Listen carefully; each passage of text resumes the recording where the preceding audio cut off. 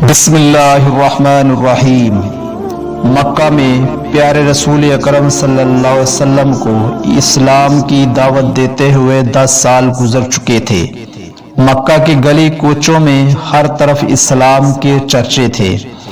بہت سے مرد اور بہت سی عورتیں مسلمان ہو چکی تھیں کہ کچھ بچے بھی مسلمان ہو چکے تھے۔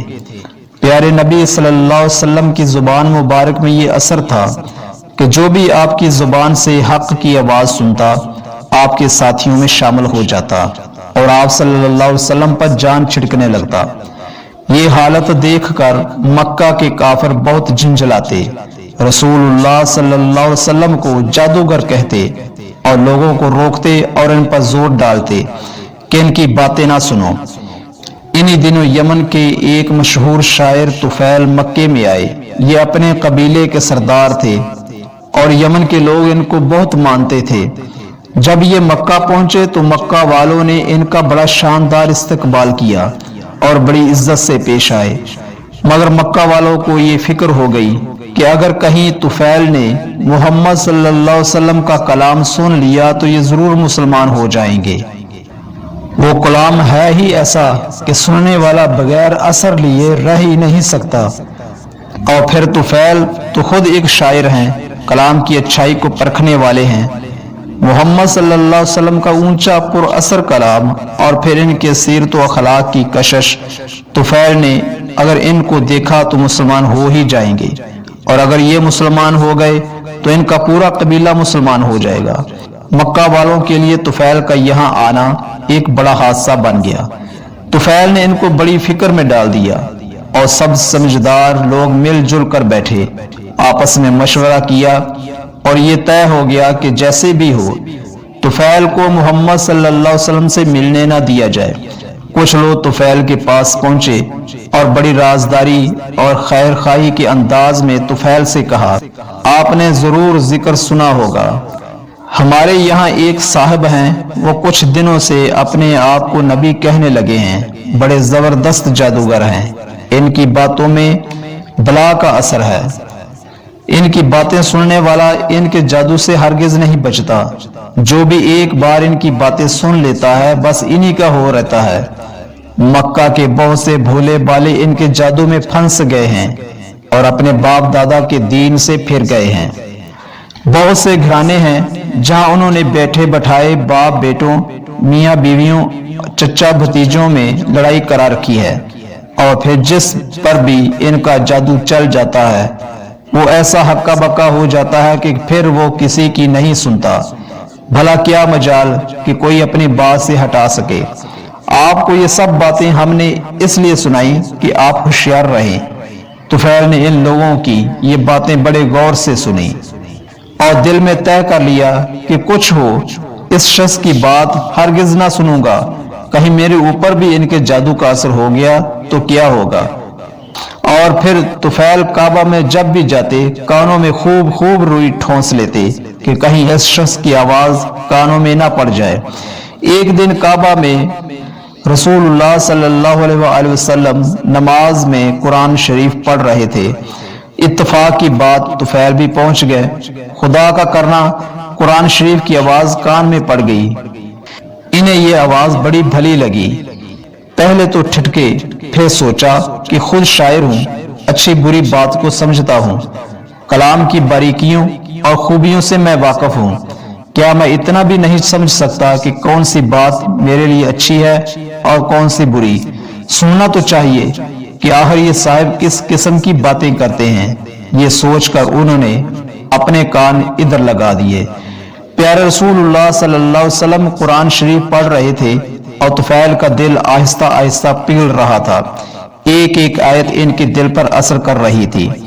رسول اللہ صلی اللہ علیہ وسلم نے نماز ختم کی اور گھر جانے لگے، طفیل بھی پیچھے پیچھے ہو لیے۔ رسول اللہ صلی اللہ علیہ وسلم جب اپنے دروازے پر پہنچے تو ایک آواز آئی، حضرت مجھے بھی اندر چلنے کی اجازت دیجیے۔ پیارے نبی صلی اللہ علیہ وسلم نے مڑ کر دیکھا کہ یمن کے معزز سردار طفیل آپ سے اندر چلنے کی اجازت مانگ رہے ہیں۔ رسول اللہ صلی اللہ علیہ وسلم بڑی عزت سے انہیں گھر کے اندر لے گئے۔ अपने पास बिठाया और आने की वजह पूछी। तुफैल ने अपनी पूरी आप बीती सुनाई। प्यारे नबी सल्लल्लाहु अलैहि वसल्लम ने बड़ी दिलचस्पी से तुफैल की आप बीती सुनी। फिर तुफैल ने कहा, हुजूर मुझे अपनी कुछ बातें सुनाइए। रसूलुल्लाह सल्लल्लाहु अलैहि वसल्लम ने कुरान की चंद असर भरी आयतें पढ़कर सुनाई। तुफैल बड़े गौर से कुरान की आयतें सुन रहे थे और उन्हें ऐसा मालूम हो रहा था कि दिल की स्याही धुल रही है, गफलत के पर्दे उठ रहे हैं और हकीकत का जमाल इनकी आंखों को रोशन कर रहा है।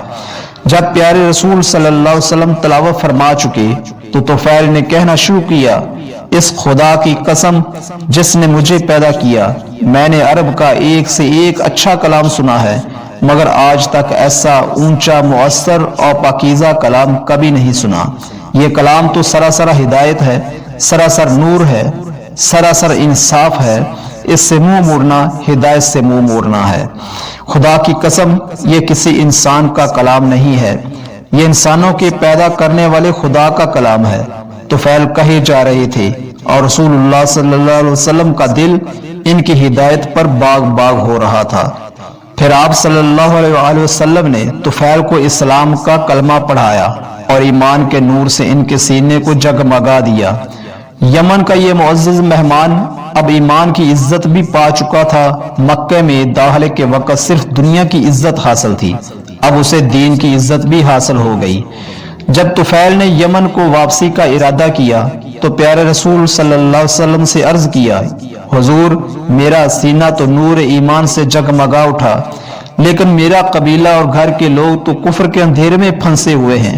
या रसूल अल्लाह, दुआ फरमाइए कि अल्लाह ताला उन्हें भी ईमान की दौलत बख्शे। प्यारे रसूल सल्लल्लाहु अलैहि वसल्लम ने दोनों हाथ दुआ के लिए उठाए, ए अल्लाह तू तुफैल को इस्लाम का निशान बना दे कि इससे लोग इस्लाम की राह पाएं। तुफैल ईमान की तड़प लिए घर पहुंचे। बूढ़े वालिद से मुलाकात हुई। तुफैल बोले, अब्बा मैं कुफर के अंधेरों से ईमान की रोशनी में आ गया हूँ। अब्बा अब मेरा आपका कोई रिश्ता नहीं, मैं मक्का के सच्चे रसूल पर ईमान ले आया हूँ। अब मेरा रिश्ता सिर्फ इसी शख्स से है जो इस रसूलुल्लाह सल्लल्लाहु अलैहि वसल्लम का कलमा पढ़े और इस्लाम को अपना दीन माने। तुफैल की ये दिल से निकली हुई बातें सुनकर वालिद सोच में पड़ गए। अच्छा, ईमान में ये कुव्वत है कि इससे बाप बेटे का रिश्ता भी खत्म हो सकता है। क्या ईमान का रिश्ता बाप बेटे के रिश्ते से भी ज्यादा है? तुफैल के बाप उमर दौसी ने सोचा और अपने बेटे से कहा, तुफैल लाओ हमें भी सुनाओ इस रसूल की बातें। तुफैल ने समझाकर बाप को इस्लाम का पैगाम सुनाया। हक की कशिश ने काम किया और बूढ़े बाप ने बेटे से कहा, तुफैल बेटे तुम मेरे बेटे हो और मैं तुम्हारा बाप हूँ। मैं भी इसी नबी पर ईमान लाता हूँ जिस पर तुम ईमान लाए हो। तुफैल की आंखें खुशी से बह पड़ी और बोले, अब्बा जान चलिए गुस्ल फरमा लीजिए और इस्लाम का कलमा पढ़कर अल्लाह के प्यारे बन जाइए। उमर दौसी ने गुस्ल किया, कलमा शहादत पढ़ा और इस्लाम की दौलत से माला माल हो गए। बाप के बाद मोहब्बत करने वाली बीवी से मुलाकात हुई। बीवी को देखकर तुफैल की आंखों में मोहब्बत के आंसू आ गए और वो फौरन ही संभले और बीवी से कहा, प्यारी बीवी अब हमारा तुम्हारा क्या रिश्ता? मैं तो मक्का वाले नबी पर ईमान ला चुका हूँ और तुम ईमान की रोशनी से महरूम हो। मैं इस्लाम की रोशनी में चल रहा हूँ और तुम कुफर के अंधेरों में भटक रही हो। ईमान और कुफर का क्या साथ? मेरा रिश्ता तो सिर्फ इन लोगों से है जो इस खुदा की बंदगी करें जिसका कोई शरीक नहीं, और इस रसूल पर ईमान लाएं जिसे खुदा ने हमारी हिदायत के लिए भेजा है। तुफैल की असर भरी तकरीर सुनकर बीवी के दिल के दरवाजे भी खुल गए। हक की कशिश ने इसे भी खींच लिया और वो कहने लगी, प्यारे शौहर आप मेरे शौहर ही हैं और मैं रहती जिंदगी तक आपकी रफाकत ही में रहूंगी। मैं भी इस खुदा पर ईमान लाती हूँ जो सारी कायनात का खालिक है और ईमान लाती हूँ इस रसूल पर जिस पर आप ईमान लाए हैं। तुफैल का दिल खुशी से उछल रहा था। इनका चेहरा हक की फतह पर चमक रहा था और वो ये सोच रहे थे कि कितनी कशिश है ईमान में। मुअज़्ज़ज़ नाज़रीन, उम्मीद है इस वाक़े को सुनकर आपके दिल में भी ईमान की चमक पैदा हो चुकी होगी। मज़ीद ऐसी वीडियोस के लिए चैनल को जरूर सब्सक्राइब कर लें। अब मिलेंगे एक और नए इस्लामी दिलचस्प वाक़े के साथ। इजाज़त दीजिए। अल्लाह हाफ़िज़ व नासर।